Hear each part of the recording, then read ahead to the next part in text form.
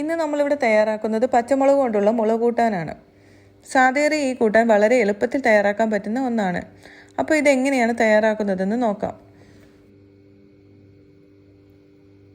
ഇതിനു വേണ്ടി കഴുകി വൃത്തിയാക്കി കുറച്ച് പച്ചമുളക് എടുത്തിട്ടുണ്ട്. നമ്മുടെ കയ്യിലുള്ള ഏത് പച്ചമുളക് വേണമെങ്കിലും എടുക്കാവുന്നതാണ്. തുണ്ടമുളകോ എരിവുള്ള ഏത് മുളക് വേണമെങ്കിലും എടുക്കാവുന്നതാണ്. ഇതിനെ നടുവേ ചെറുതായിട്ടൊന്ന് കട്ട് ചെയ്തെടുക്കുക.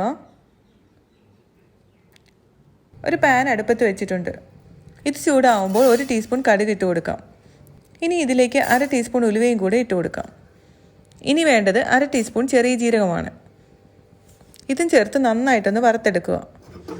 കടുക് ഉലുവയൊക്കെ ഒന്ന് പൊട്ടി വരുന്നത് വരെ വയ്ക്കുക. ഇനി ഇതിനെ ചെറുതായിട്ടൊന്ന് ചതച്ചെടുക്കണം. ഒരുപാടങ്ങ് പൊടിഞ്ഞു പോവേണ്ട, ചെറിയ ചെറിയ തരികളായിട്ട് കിടക്കുന്നതാണ് ഇതിൻ്റെ ഒരു പരുവം. നേരത്തെ എടുത്ത പാനിലേക്ക് തന്നെ നമുക്ക് 1 ടീസ്പൂൺ നല്ലെണ്ണ ഒഴിച്ചു കൊടുക്കുക.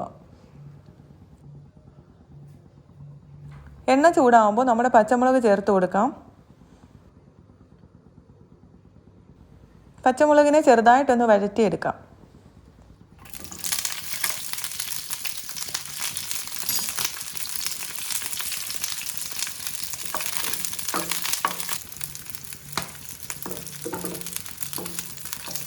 ഇനി ഇതിലേക്ക് വേണ്ടുന്ന മസാലയൊക്കെ ചേർത്ത് കൊടുക്കാം. 1/2 ടീസ്പൂൺ മഞ്ഞൾപ്പൊടി ചേർത്ത് കൊടുക്കാം. അതുപോലെ തന്നെ 1 ടീസ്പൂൺ മല്ലിപ്പൊടിയും കൂടെ ചേർക്കാം. ഒരു 1/4 ടീസ്പൂണോളം കായപ്പൊടിയും ചേർത്ത് കൊടുക്കാം. ഇതിൻ്റെ ഒരു പച്ചമണം മാറുന്നത് വരെ വഴറ്റുക.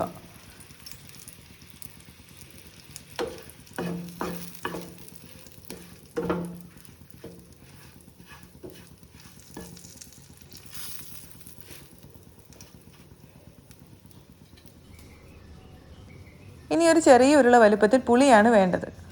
പുളി ഇതുപോലെ ഒന്ന് പിഴിഞ്ഞെടുക്കുക. നല്ല കട്ടി പുളിവെള്ളമാണ് എടുക്കേണ്ടത്. ഇനി ഇതിലേക്ക് ഒഴിച്ചു കൊടുക്കാം.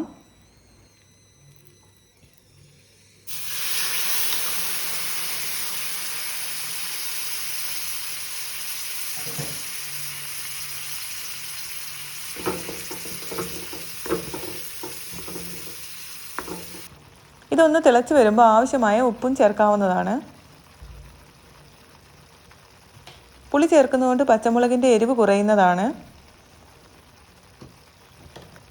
നമ്മൾ നേരത്തെ പൊടിച്ചു വെച്ചിരിക്കുന്ന മസാലക്കൂട്ടും ഇതിലേക്ക് ചേർത്ത് കൊടുക്കാം.